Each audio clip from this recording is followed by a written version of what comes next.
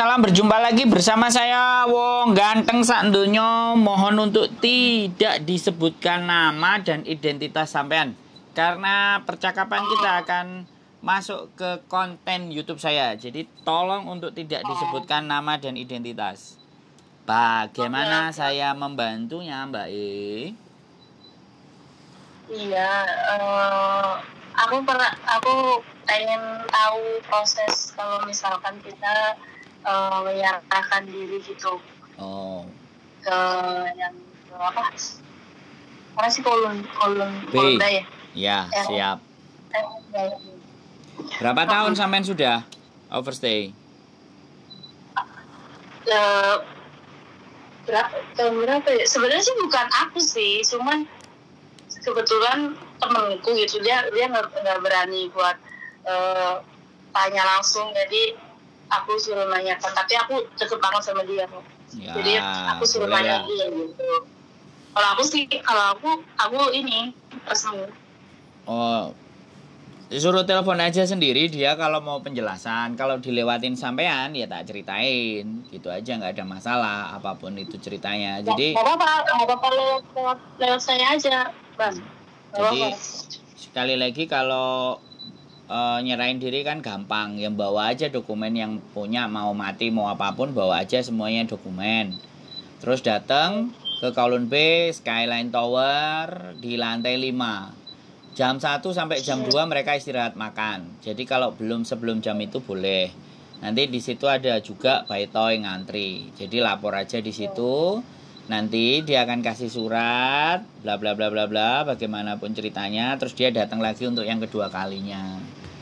Gitu. Nah, di data atau apa aja ya sekali lagi kemarin yang saya anterin belum bercerita banyak karena sekali lagi dia akan bercerita nanti kalau sudah pulang Indonesia. Tapi saya sudah beberapa kali nganterin anak, selalu saya tinggal, udah Mbak diproses aman tenang. Nanti habis itu terus kadang-kadang mereka, Mas saya sudah berangkat pulang, kadang nggak ngabari dan semuanya. Akhirnya saya nggak dapat informasi komplit. Lagi pula kadang-kadang ada orang yang dari awal pengen dibantu sudah dibantu, giliran kita mau ngonten mereka juga nggak mau ngabur. Nggak ada masalah, itu nggak menjadi persoalan. Karena tujuan saya adalah memberitahukan informasi kepada teman-teman sesuai yang mengalami. Ya, jadi infonya tidak berdasarkan katanya. Jadi yang mengalami. Jadi beberapa nanti dia datang, setelah datang nanti tanggal berapa lagi dia datang lagi, mungkin prosedurnya ya bisa jadi sidang menyatakan bahwa bersalah, melanggar administrasi bla bla bla bla, ketok palu jeder. Ada yang kena denda atau ada yang enggak. Ini masih simpang siur, nanti saya akan bikin konten lagi lanjutan yang langsung bersangkutan. Nah, setelah diserahkan semuanya aman pasti disuruh balik lagi seperti biasanya, nanti lapor lagi sampai pada hari hanya kalau memang sudah selesai, ya kan, sudah selesai, sudah beres, surat merahnya dia sudah pegang, artinya tiket pesawatnya dia juga sudah ada, karena paspornya mati dia langsung ke KJRI untuk meminta SPLP, surat perjalanan pulang. Surat jalan gitu ya? Ya, surat jalan pulang. Karena bagaimanapun kan paspornya nggak bisa dipakai. Atau mungkin beli tiket kan harus ada nomor paspor. Bisa jadi kalau dia mau beli tiket, begitu beres pulangnya kapan, dia juga boleh ke KJRI. Intinya nggak ada masalah. Yang jelas prosesnya diselesaikan dulu di Kowloon B. Setelah memang sudah ada keluar dan menyatakan ketika dia sudah di Kowloon B bertanya tiket pulangmu kapan. Karena tiket pulang itu yang dibutuhkan adalah paspor, ya dia sebelum beli tiket ke KJRI dulu minta SPLP, nggak ada masalah. Ditunjukkan surat hasil sidangnya atau apanya yang dari Kowloon B disodorin kan pasti tahu. Oh ya beres, dibikinin SPLP, sudah deh pulang.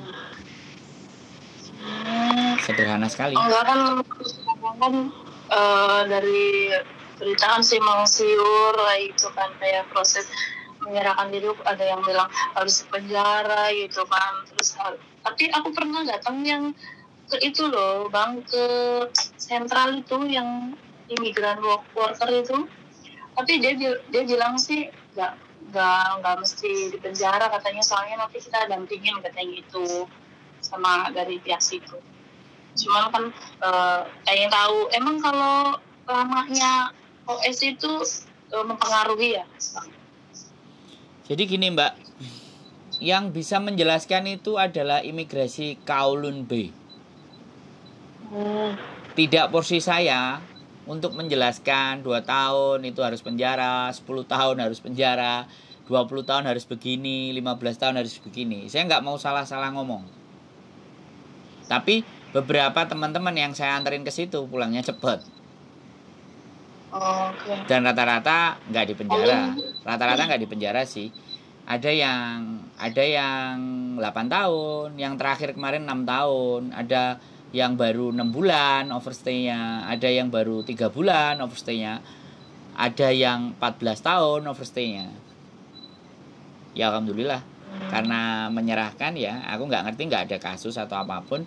Tapi sekali lagi, omongan saya jangan dipercaya 100%.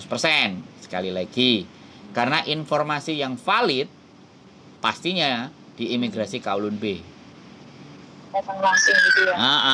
Yang jelas saya cuma menyampaikan beberapa teman-teman yang dulu minta tolong ke saya untuk bagaimana caranya menyerahkan diri dan pulang. Alhamdulillah, saya cuma dikasih kabar saya sudah pulang Indonesia Mas. Tak tanyain di konten dan semuanya pada ndak mau. Makanya informasi saya yang sebatas yang saya tahu. Yang nggak tahu saya nggak berani kulik macam-macam sampai nanti ada yang bersedia bercerita dengan saya. Begitu ceritanya. Intinya Hongkong itu kalau kita kooperatif, dia nggak akan ada masalah. Yang ada masalah itu kita nggak kooperatif dan nggak ngaku. Yang penting jangan berbuat itu kali ya, kayak ada kasus apa gitu kan. Kenapa? Baru. Halo? Ya? Sampean ngomong suaranya nggak jelas, gimana?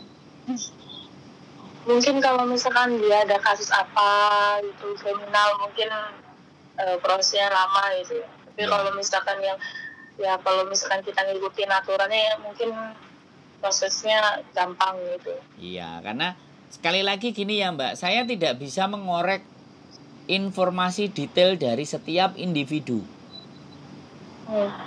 Jadi sekali lagi ya, kalau saya orang ditanya nggak mau, saya nggak akan paksa cerita Mbak. Bisa dipahami nggak?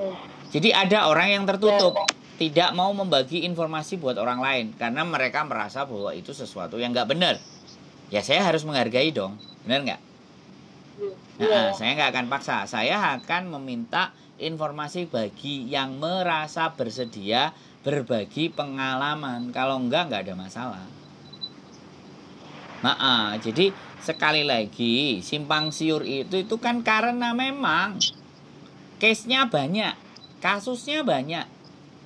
Lah apakah kasus A, kasus B, kasus C, kasus D kan masing-masing Mbak. Bisa jadi ada yang kena sindikat narkoba menyerahkan diri, ya kan? Ternyata diinvestigasi mukanya pernah terlihat, datanya cocok. Nah, bisa jadi masuk sel dulu kan, walaupun dia menyerahkan diri kan bisa begitu tuh. Terus ada juga yang kena sindikat money laundry gitu kan. Orangnya nggak diketemukan, tapi begitu dia menyerahkan di Kowloon B, datanya ternyata dia sudah masuk catatan polisi. Misalnya loh ya, sekali lagi saya belum bisa memastikan, tapi artinya kenapa ada yang dipenjara, kenapa ada yang enggak? Ini pasti ada perbedaan, ada hal yang berbeda gitu. Menurut saya sih kalau nggak ada kriminal dan apapun, nggak ada data-data kriminal, nggak ada masalah. Mungkin yang di penjara itu yang kena catatan daftar pencarian orang gitu loh Mbak. Gitu aja, simpel aja gitu aja. Logika kita mainkan kalau dengar sesuatu itu masih simpang siur. Kita pakai logika aja. Dan logika itu bisa salah, bisa benar. Logika bisa didebat, logika bisa dikritik. Gitu, nggak ada masalah. Gimana? Iya. Maksudnya kan temen aku tuh pengen pengen tahu informasi ya, biar dia menyerahkan diri juga udah tahu kemana proses gimana, jadi Iya. nanti dia kesana sendiri gitu. Siap. Ini suruh telepon saya aja juga boleh. Minta dianterin ya gak ada masalah. Kalau kemarin aku dianterin dibeliin kopi.